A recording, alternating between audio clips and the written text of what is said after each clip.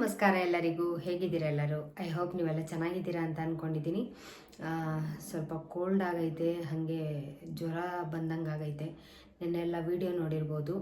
ಮಕ್ಕಳನ್ನ ಭರತನಾಟ್ಯಂ ಕರ್ಕೊಂಡೋಗಿದ್ನಲ್ಲ, ಅಲ್ಲಿ ಎಲ್ಲಿ ಸಿಕ್ಕಿದ್ರೆ ಅಲ್ಲಿ ಗಾಡಿನ ಅಂದರೆ ಪಾರ್ಕಿಂಗ್ ಮಾಡೋಕ್ಕೆ ಜಾಗ ಇರಲಿಲ್ಲ. ಹಂಗಾಗಿ ಸ್ವಲ್ಪ ಬಿಸಿಲಲ್ಲಿ ಅಲ್ಲಿ ಇಲ್ಲಿ ಓಡಾಟ ಜಾಸ್ತಿ ಆಯಿತು ನಿನ್ನೆ. ಸ್ವಲ್ಪ ವಾತಾವರಣ ಬೇರೆ, ಬೆಳಗ್ಗೆ ಸ್ವಲ್ಪ ಬೇಗ ಸ್ನಾನ ಮಾಡಿ ಥಂಡಿನಲ್ಲೇ ಹೋಗಿದ್ವಲ್ಲ, ಹಂಗಾಗಿ ಸ್ವಲ್ಪ ಕೋಲ್ಡು ಜಾಸ್ತಿ ಆಗಿ ಬೆಳಗ್ಗೆ ಸ್ವಲ್ಪ ತಿಂಡಿ ಮಾಡೋದು ಸ್ವಲ್ಪ ಆಗಲಿಲ್ಲ. ತಿಂಡಿ ಮಾಡಬೇಕು ಅಂತ ಎದ್ರೂ ಕಾಲೆಲ್ಲ ಜಾಸ್ತಿ ನೋವಾಗ್ತಾಯಿತ್ತು.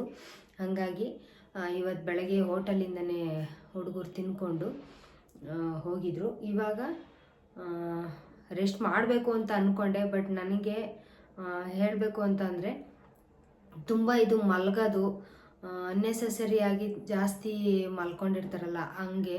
ಆಮೇಲೆ ಹುಷಾರು ತಡ್ಕೊಳೋ ಅಷ್ಟು ಶಕ್ತಿ ಕೊಟ್ಟಿರ್ತಾನೆ, ತಡ್ಕೊಳಕ್ಕೆ ಆಗೋ ಅಷ್ಟು ನಾನು ಕೆಲಸಗಳನ್ನ ಮಾಡಿಕೊಂಡು ಅದ್ರ ಕಡೆ ಗಮನನ ಕೊಟ್ಬಿಡ್ತೀನಿ. ಹುಷಾರಿಲ್ಲ, ಸ್ವಲ್ಪ ತಲೆನೋವು ಬಂತು, ಸ್ವಲ್ಪ ಕಾಲು ನೋವು ಬಂತು, ಸ್ವಲ್ಪ ಮೂಗು ನೋವು ಬಂತು ಅಂತ ಕೆಲವರೆಲ್ಲ ಏನು ಮಾಡ್ತಾರೆ, ಅದನ್ನೇ ಒಂದು ಅಡ್ವಾಂಟೇಜಾಗಿ ತೊಗೊಂಡು ಹೋಗಿ ರೆಸ್ಟ್ ಮಾಡ್ತಾ ಇರ್ತಾರೆ. ನನಗೆ ಅಂಥವೆಲ್ಲ ಇಷ್ಟ ಆಗಲ್ಲ. ನನಗೆ ಆಲ್ಮೋಸ್ಟು ನನಗೆ ಜಾಸ್ತಿ ಓಡಾಡಬೇಕು, ಚೆನ್ನಾಗಿ ಓಡಾಡಬೇಕು, ಆ್ಯಕ್ಟಿವ್ ಆಗಿರಬೇಕು. ಆಮೇಲೆ ಕೆಲಸನ ಮಾಡ್ಕೊಬೇಕು. ಮನೇಲಿರೋ ಕೆಲಸನ ಮುಗಿಸ್ಕೊಂಬಿಟ್ರೆ ಅದೊಂಥರ ನೆಮ್ಮದಿ ಅಂತ ಹೇಳ್ಬೋದು. ಎಷ್ಟು ಕೆಲಸ ಮಾಡಿದ್ರೂ ಕೆಲವ್ರು ಮನೇಲಿ ಹೇಳ್ತಾ ಇರ್ತಾರೆ, ಹೆಂಗಸ್ರುಗಳ್ಗೇನು ನೀವು ಯಾವಾಗೂ ರೆಸ್ಟಲ್ಲೇ ಇರ್ತೀರಾ ಅಂತ ಕೆಲವರೆಲ್ಲ ಹೇಳ್ತಾ ಇರ್ತಾರೆ. ಖಂಡಿತವಾಗ್ಲೂ ಇಲ್ಲ. ನಮಗೂ ಮನೆ, ಮಕ್ಕಳು, ಸಂಸಾರ ಎಷ್ಟು ಜವಾಬ್ದಾರಿ ಇರುತ್ತೆ. ಇದನ್ನು ಮೇಂಟೈನ್ ಮಾಡೋದು ತುಂಬಾ ಕಷ್ಟ. ಕೆಲವರು ಹೇಳ್ಬೋದು, ಬಟ್ ಅದು ಮನೇಲಿರೋ ಹೆಣ್ಮಕ್ಳಿಗೆ ಮಾತ್ರನೇ ಗೊತ್ತು. ಅದನ್ನು ಬೇಗ ಬೇಗ ನಿಭಾಯಿಸ್ಕೊಂಡೋಗಿ ಬೆಳಗ್ಗೆ ಎದ್ದ ತಕ್ಷಣ ತಿಂಡಿ ಮಾಡಬೇಕು, ಅಡುಗೆ ಮಾಡಬೇಕು, ಮಕ್ಳನ್ನ ಕಳಿಸ್ಬೇಕು, ಅವ್ರಿಗೆ ಸ್ನಾನ ಮಾಡಿಸ್ಬೇಕು, ಊಟ ತಿನ್ನಿಸ್ಬೇಕು. ಅವರು ಬೆಳಗ್ಗೆ ಎದ್ದ ತಕ್ಷಣ ತಿಂಡಿ ಕೂಡ ತಿನ್ನೋಕ್ಕೆ ಅವರು ಅಳ್ತಾ ಇರ್ತಾರೆ. ಬೆಳಗ್ಗೆ ಅಷ್ಟೊತ್ತಿಗೆನೇ ಸ್ಕೂಲ್ಗಳು ಇರ್ತಾವಲ್ಲ, ಹಂಗಾಗಿ ಅವ್ರಿಗೆ ತಿಂಡಿ ತಿನ್ನಿಸ್ಬೇಕು. ಒಂದೊಂದು ಸತಿ ನಮ್ಮ ಪಾಪಂಗೆ ಇನ್ನೂ ನಾವು ಊಟನೂ ಮಾಡಿಸ್ಬೇಕು. ಅವನು ಬೆಳಗ್ಗೆ ಹೊತ್ತಾದ್ರೆ ತಿನ್ನೋದೇ ಇಲ್ಲ, ಹಾಗೆ ಹೋಗ್ಬೇಕು ಅಂತ ಹಠ ಮಾಡಿಬಿಡ್ತಾನೆ. ಹಾಗಾಗಿ ಎಷ್ಟೆಲ್ಲ ಕೆಲಸ ಇರುತ್ತೆ, ಆದ್ರೂ ಇಷ್ಟೆಲ್ಲ ಕೆಲಸದ ಮಧ್ಯೆನೂ ರೆಸ್ಟ್ ಮಾಡಬೇಕು ಅಂತಂದರೆ ಒಂದು ಅರ್ಧ ಗಂಟೆ, ಒಂದು ಮುಕ್ಕಾಲು ಗಂಟೆ ಒಂದು ಸ್ವಲ್ಪ ಹೊಳ್ಳಾಡ್ಬೋದು ಅಷ್ಟೇನೆ. ಅದು ಬಿಟ್ಟರೆ ಜಾಸ್ತಿ ಏನೂ ಹುಷಾರಿಲ್ಲ ಅಂತ ರೆಸ್ಟ್ ಮಾಡಬೇಕು ಅದು ಇದು ಅಂತ ಕಂಡೀಷನ್ನಾಗಿ ನನಗೆ ಈ ಅಭ್ಯಾಸನ ಮಾಡ್ಕೊಂಬಂದಿಲ್ಲ. ಆ್ಯಕ್ಟಿವ್ ಆಗಿರಬೇಕು. ಹೆಣ್ಮಕ್ಳೇ ಆಗಲಿ ಗಂಡು ಮಕ್ಕಳೇ ಆಗಲಿ ಆ್ಯಕ್ಟಿವ್ ಆಗಿದ್ದರೆ ಅವ್ರಿಗೆ ತಾನೇ ತನಗೆ ಕಾಯಿಲೆ ಏನೇ ಇದ್ರೂ ಒಂದು ಕಾನ್ಫಿಡೆನ್ಸ್ ಇರುತ್ತಲ್ಲ, ಆ ಕಾನ್ಫಿಡೆನ್ಸಿಂದನೇ ಅವ್ರ ಕಾಯಿಲೆನೆಲ್ಲ ವಾಸಿ ಮಾಡ್ಕೊಬೋದು. ಅಷ್ಟು ಅವರಿಗೆ ಕೆಪಾಸಿಟಿ ಇರುತ್ತೆ. ಕೆಲವರು ಒಂದು ಸ್ವಲ್ಪ ನೋವಾದ್ರೂ ಮನೇಲಿ ಎಲ್ಲರಿಗೂ ಗೊತ್ತಾಗಬೇಕು, ಹಾಗೆ ಎಲ್ಲ ಮಾಡ್ತಾ ಇರ್ತಾರೆ. ಖಂಡಿತವಾಗ್ಲೂ ಎಲ್ಲರಿಗೂ ಅಷ್ಟೇನೆ, ಮನುಷ್ಯಂಗೆ ಆಗಿರ್ಬೋದು, ಪ್ರಾಣಿಗೆ. ನಾವಾದರೂ ಬಾಯ್ಬಿಟ್ಟು ಹೇಳ್ತೀವಿ, ಮತ್ತು ಪ್ರಾಣಿಗಳು ಯಾವುದೇ ಕಾರಣಕ್ಕೂ ಪಾಪ ಅವಕ್ಕೆ ಏನು ನೋವಿದ್ರೂ ಕೂಡ ಅವರು ಪ್ರಾಣಿಗಳು ತೋರಿಸ್ಕೊಳಕ್ಕಾಗಲ್ಲ. ನಮ್ಗಾದ್ರು ಬಾಯಿ ಇರೋದ್ರಿಂದ ನಾವು ಹೇಳ್ಕೊತೀವಿ, ಈ ನೋವು ಆ ನೋವು, ಈ ಟ್ಯಾಬ್ಲೆಟ್ ತೊಗೊಬೇಕು, ಇಂಜೆಕ್ಷನ್ ತೊಗೊಬೇಕು, ಹಂಗಾಗ್ತೈತೆ ಹಿಂಗಾಗ್ತೈತೆ ಅಂತ ಹೇಳ್ತೀವಿ. ಪಾಪ ಅವಕ್ಕೆ ಏನೂ ಆಗಲ್ಲ. ಎಲ್ಲರಿಗೂ ಒಂದು ಹೇಳೋ ಅಂಥದ್ದು ಇದೊಂದು ಏನು ಬೇಕಾದ್ರೂ ತಿಳ್ಕೊಳ್ಳಿ ನೀವು. ನಮ್ಮನ್ನು ಇವ್ರೇನಪ್ಪ ಇವರು ಹೆಂಗಸ್ರ ಕಡೆ ಸಪೋರ್ಟೇ ಇಲ್ಲ ಅಂತ ಅನ್ಕೊಬೋದು. ಬಟ್ ಸಪೋರ್ಟ್ ಪ್ರಶ್ನೆ ಅಲ್ಲ. ನೀವು ಆ್ಯಕ್ಟಿವ್ ಆಗಿರಬೇಕು, ನಿಮ್ಮನ್ನು ನೀವು ಚೆನ್ನಾಗಿ ನೋಡಿಕೊಂಡು ತಿನ್ನಬೇಕು, ಉಣ್ಬೇಕು. ತಿಂದು ಉಂಡು ನೀವು ಆ್ಯಕ್ಟಿವ್ ಆಗಿದ್ರೇ ಮಕ್ಕಳನ್ನ ನೋಡ್ಕೊಳಕ್ಕಾಗೋದು. ಇಲ್ಲ ಅಂದರೆ ಯಾವುದೇ ಕಾರಣಕ್ಕೂ ಮಕ್ಕಳನ್ನು ಕೂಡ ನಾವು ಅಷ್ಟು ಕೇರ್ ತೊಗೊಂಡು ನೋಡ್ಕೊಳಕ್ಕಾಗಲ್ಲ. ಇಷ್ಟು ನನಗೆ ಇವತ್ತು ಮಾತಾಡಬೇಕು ಅಂತ ಅನ್ನಿಸ್ತು. ಯಾಕೆ ಅಂತಂದರೆ ಈ ವಿಚಾರನ ಅಡುಗೆ ಮಾಡಿಕೊಂಡು ಮಾತಾಡೋಣ ಅಂತ ಇವತ್ತು ಇದ್ಕಿದ ಬೇಳೆ ಸಾಂಬಾರನ್ನ ಮಾಡ್ತಾಯಿದ್ದೀನಿ. ನೆನ್ನೆಲ್ಲ ಓಡಾಡ್ಕೊಂಬಂದು ಸುಸ್ತಾಗಿದ್ದ ಕಾರಣ ಬೆಳಗ್ಗೆ ತಿಂಡಿ ಮಾಡಿರಲಿಲ್ಲ. ಇವಾಗ ಅಡುಗೆ ಮಾಡಬೇಕಲ್ವಾ. ಇದ್ಕಿದ ಬೇಳೆ ಚೆನ್ನಾಗಿ ಒಂದು 4-5 ಟೈಮ್ ತೊಳ್ಕೊಂಡು ಇದಕ್ಕೆ ಕರಿಬೇವನ್ನ ಕೂಡ ಸೇರಿಸ್ಕೊಂಡಿದ್ದೀನಿ, ಕಾಣಿಸ್ತಾ ಇರ್ಬೋದು. ಇವಾಗ ಸ್ಟವ್ ಹಚ್ಕೊಂಡು ನಮ್ಮ ಪಾಪು ಅಂದರೆ ನಮ್ಮ ಚಾರ್ಲಿ ಅದು ಯಾಕೋ ಸ್ವಲ್ಪ ಕೋಲ್ಡೂ ಆಗಿತ್ತು. ಹಂಗೆ ಅದು ಸ್ವಲ್ಪ ಏನು ಹೇಳಿದ್ರಮ್ಮ, ಈ ಸಿರಪ್ ಕೊಟ್ಟವ್ರೆ, ಒಂದೊಂದು ml ಹಾಕಿ ಬೆಳಗ್ಗೆ ಸಾಯಂಕಾಲ ಅಂದರು. ಆಮೇಲೆ ಇದು ಸಡ್ಲಾಗಿ ಬರ್ಕೊಂಡು ಕೊಡ್ತಾರಂತೆ ಸಾಯಂಕಾಲಕ್ಕೆ, ತಗೊಂಡು ಕೊಡ್ತಾರಂತೆ. ಅವ್ರಿಗೆ ತೋರಿಸು ನಮ್ಮ ಚಾರ್ಲಿ. ಹೆಸರಿಟ್ಟಿದ್ದೀವಿ ಇದಕ್ಕೆ ಆಲ್ರೆಡಿ ನಾವು, ಚಾರ್ಲಿ ಅಂತ. ಆಫ್ ಮಾಡಿಬಿಡುತ್ತೆ, ಆಫ್ ಮಾಡುತ್ತೆ. ಊಟ ಮಾಡಲ್ವ ನೀನು? ಬೆಳಗ್ಗೆ ತಿಂದಿರೋದು ನೀನು ಏನು ತಿನ್ನಲ್ವ ನೀನು? ಅದಕ್ಕೆ ಹಾಸ್ಪಿಟ್ಲಿಗೆ ಕರ್ಕೊಂಡೋಗಿ ಬಂದು ಈಗ ತಿದ್ಬೇಳೆ ಸಾಂಬಾರನ್ನ ನಾನು ಯಾವ ಥರ ಮಾಡ್ತೀನಿ ಅಂತ ಹೇಳ್ಕೊಡ್ತೀನಿ. ತುಂಬ ಅಂದರೆ ತುಂಬಾ ಸಿಂಪಲ್ಲು. ನಂದೆಲ್ಲ ಕೆಲಸ ಎಲ್ಲ ಆಯಿತು ಆಲ್ರೆಡಿ, ಪೂಜೆ ಗೀಜೆ. ನಾನು ಸ್ನಾನ ಅಂತೂ ಯಾವುದೇ ಕಾರಣಕ್ಕೂ ಎಷ್ಟೇ ಹುಷಾರು ತಪ್ಪರೂ ನಾನು ಸ್ನಾನ ಅಂತೂ ಮಿಸ್ ಮಾಡೋಕ್ಕೋಗಲ್ಲ. ಅದು ನನಗೆ ಚೆನ್ನಾಗಿ ಅಭ್ಯಾಸ ಆಗ್ಬಿಟ್ಟೈತೆ. ತುಂಬ ಅಂದರೆ ತುಂಬಾ ಕಡಿಮೆ. ಯಾವತ್ತಾದರೂ ಸ್ನಾನ ಮಾಡಲ್ಲ ಅಂತ ಅಂದರೆ ಅದು ತುಂಬಾ ಕಡಿಮೆ. ನಾನು ಡೈಲಿ ಸ್ನಾನ ಇದ್ದೇ ಇರಬೇಕು, ಒಂಥರ ಅಭ್ಯಾಸ ಆಗ್ಬಿಟ್ಟೈತೆ ನನಗೆ.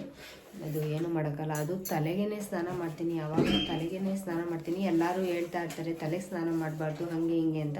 ಮತ್ತು ಸನ್ಯಾಸಿಗಳು ಅವರು ಇವರು ಇರ್ತಾರಲ್ಲ, ಅವರೆಲ್ಲ ಡೈಲಿ ಬೆಳಗ್ಗೆ ಮಧ್ಯಾಹ್ನ ಸಾಯಂಕಾಲ ಎಲ್ಲ ತಣ್ಣೀರಲ್ಲೇ ಮುಳುಗಿ ಎದ್ದೇಳ್ತಾ ಇರ್ತಾರೆ. ಎಲ್ಲಿ ನದಿ ಸಿಕ್ಕರು ಎಲ್ಲಿ ಕೊಳ ಸಿಕ್ಕರು ಮುಳುಗಿ ಎದ್ದೇಳ್ತಾ ಇರ್ತಾರೆ. ಅವ್ರಿಗೆಲ್ಲ ಏನೂ ಆಗಲ್ಲ, ಚೆನ್ನಾಗೇ ಇರ್ತಾರೆ. ನಾವು ಮನಸ್ಸಲ್ಲಿ ಹೆಂಗೆ ಮನಸ್ಥಿತಿನ ಹೆಂಗೆ ಇಟ್ಕೊಂಡಿರ್ತೀವೋ ಹಂಗೇನೆ ಹುಷಾರು ತಪ್ಪಿ ಆ ಥರ ಎಲ್ಲ ಆಗ್ತಾ ಇರುತ್ತೆ. ತಪ್ಪಲೆ ಇಟ್ಕೊಂಡಿದ್ದೀನಿ, ಅದಕ್ಕೆ ಒಂದೇ ಒಂದು ಸ್ಪೂನು ಎಣ್ಣೆನ ಹಾಕ್ಕೊಂಡಿದ್ದೀನಿ. ಹಾಗೆ ಸ್ವಲ್ಪ ಸಾಸಿವೆ ಕೂಡ ಹಾಕ್ಕೊತಾ ಇದ್ದೀನಿ. ಸಾಸಿವೆ ಸ್ವಲ್ಪ ಸಿಡಿತಾ ಇದ್ದೀನಿ. ಅದೇನು ಮಾಡಬೇಕು, ಸ್ವಲ್ಪ ಸಿಮ್ಮಲ್ಲಿ ಇಟ್ಕೊಂಡ್ಬಿಡ್ಬೇಕು. ಸ್ಟವ್ನ ಸಿಮ್ಮಲ್ಲಿ ಇಟ್ಕೊಂಡು ಈ ಕಾಳು ಜೊತೆಗೇನೆ ಕರಿಬೇವಿನ ಸೊಪ್ಪು,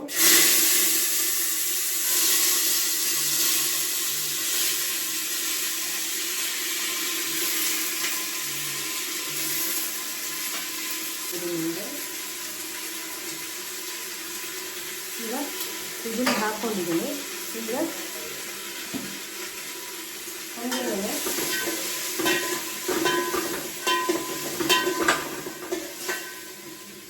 ಸ್ವಲ್ಪ ಅರಿಶಿನ ಪುಡಿ ಹಾಕ್ಕೊತೀನಿ ಅದಕ್ಕೆ ಹಂಗೇನೆ.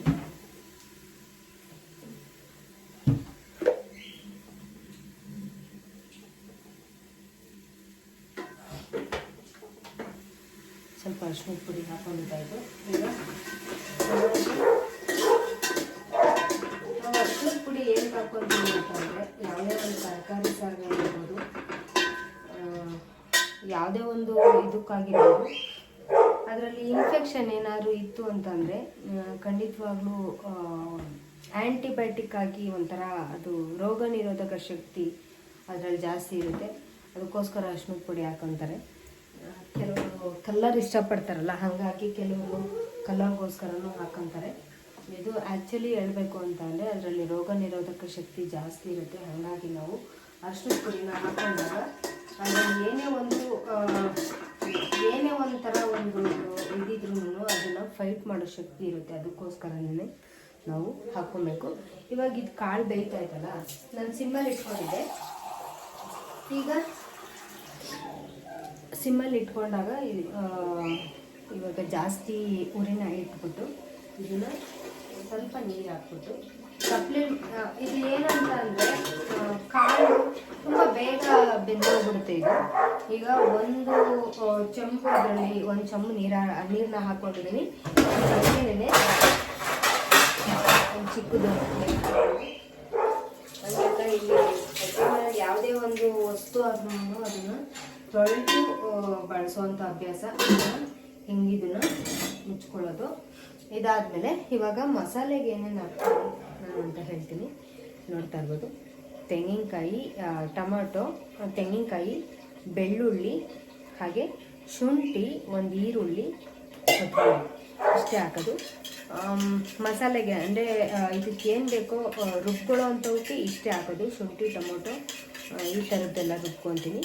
ಹಾಗೆ ಧನಿಯಾ ಪೌಡರು ಮನೆಯಲ್ಲೇ ಮಾಡಿರೋವಂಥದ್ದು. ಅದಕ್ಕೆ ಚಕ್ಕೆ, ಲವಂಗ, ಕಡಲೆಪಪ್ಪು ಎಲ್ಲ ಹಾಕಿ ನಾನು ಧನಿಯಾ ಪೌಡರ್ನ ಮಾಡ್ಕೊಂಡಿರ್ತೀನಿ. ಹಾಗೆ ಬರೀ ಖಾರದ ಪುಡಿ, ಆಮೇಲೆ ಉಪ್ಪು, ಇಷ್ಟನ್ನ ಹಾಕಿ ಮಿಕ್ಸ್ ಮಾಡಿದ್ರೆ ಸಾಂಬಾರು ರೆಡಿ ಆಗುತ್ತೆ. ಇದನ್ನು ಇಷ್ಟು ಕೂಡ ನಾವು ರುಬ್ಕೊಂಡು ಬರ್ತೀನಿ. ಕಾಳು ಬೆಂದಿದೆಯಾ ಅಂತ ಚೆಕ್ ಮಾಡ್ತೀನಿ.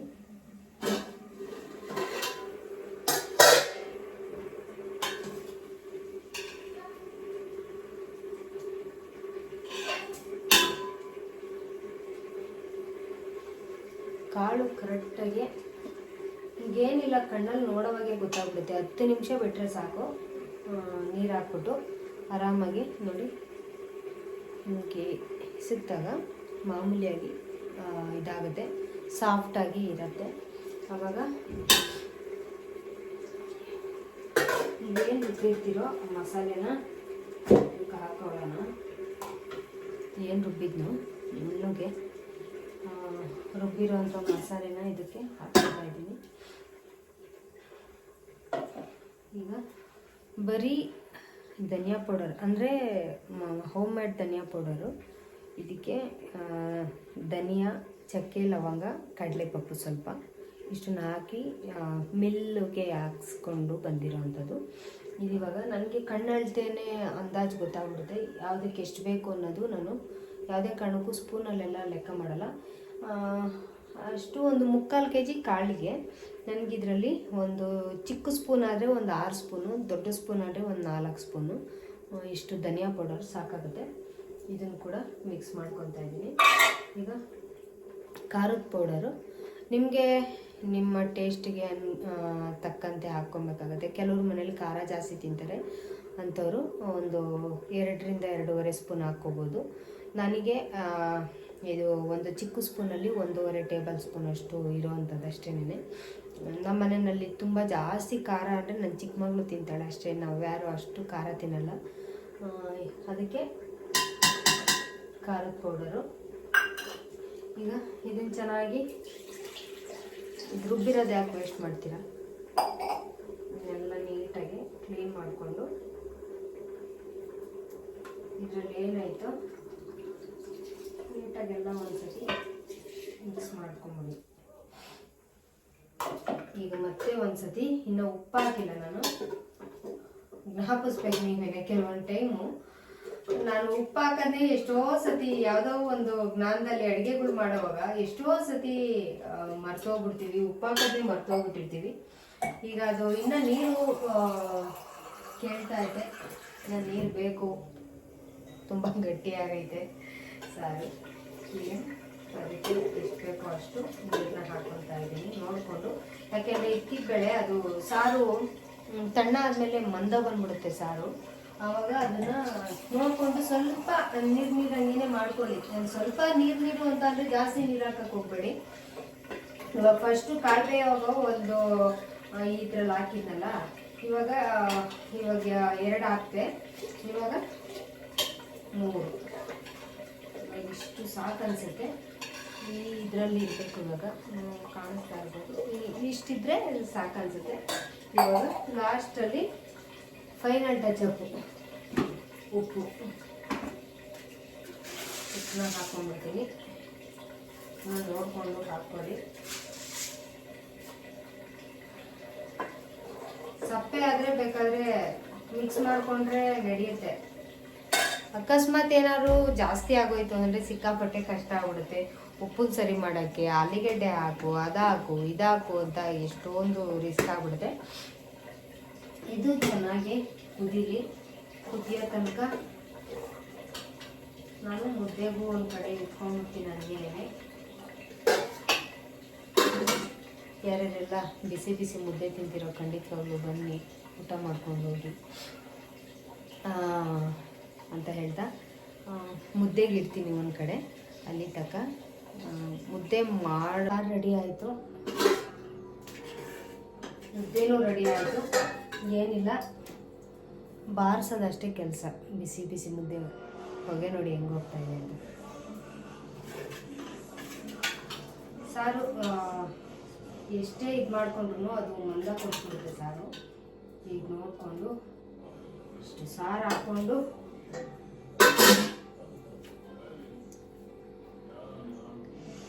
ಬಿಸಿ ಬಿಸಿ ಅಕ್ಕಿದ ಸಾರು ಹಾಗೆ ಮುದ್ದೆ ಜೊತೆ ನೀವು ಊಟ ಮಾಡಿ, ತುಪ್ಪ ಹಾಕ್ಕೊಂಡು ಊಟ ಮಾಡಿ, ಸೂಪರಾಗಿರುತ್ತೆ ಇನ್ನು ಅಂತ ಹೇಳ್ತಾ ಈ ವಿಡಿಯೋನ ಇವತ್ತಿಗೆ ಮುಗಿಸ್ತಾ ಇದ್ದೀನಿ. ಇಷ್ಟ ಆದರೆ ಲೈಕ್ ಮಾಡಿ, ಶೇರ್ ಮಾಡಿ, ಹಾಗೆ ಹೊಸದಾಗಿ ನೋಡ್ತಾಯಿದ್ರೆ ಸಬ್ಸ್ಕ್ರೈಬ್ ಮಾಡ್ಕೊಳ್ಳಿ ಅಂತ ಹೇಳ್ತಾ ಮುಂದಿನ ಹೊಸ ವಿಡಿಯೋದೊಂದಿಗೆ ಸಿಗ್ತೀನಿ. ಅಲ್ಲಿವರೆಗೂ ನಿಮಗೆಲ್ಲ ಟೇಕ್ ಕೇರ್, ಬಾಯ್.